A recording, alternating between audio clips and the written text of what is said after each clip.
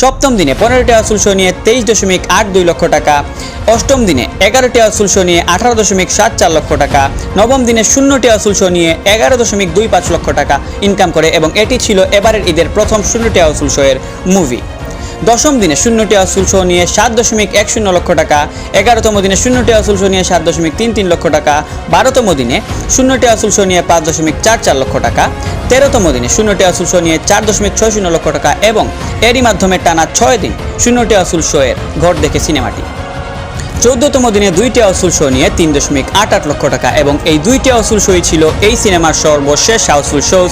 এরপর থেকে 33তম দিন পর্যন্ত এই সিনেমার কোনো শোই হাউসফুল যায়নি। 15তম দিনে 2.10 লক্ষ টাকা, 16তম দিনে 63,000 টাকা, 17তম দিনে 43.7 টাকা, 18তম দিনে মুভিটির কালেকশন 48.2 হাজার টাকা। মানে ওয়ার্কিং ডেতে মুভিটির কালেকশন অনেক বেশি, মানে অভাবনীয় ড্রপ করেছে।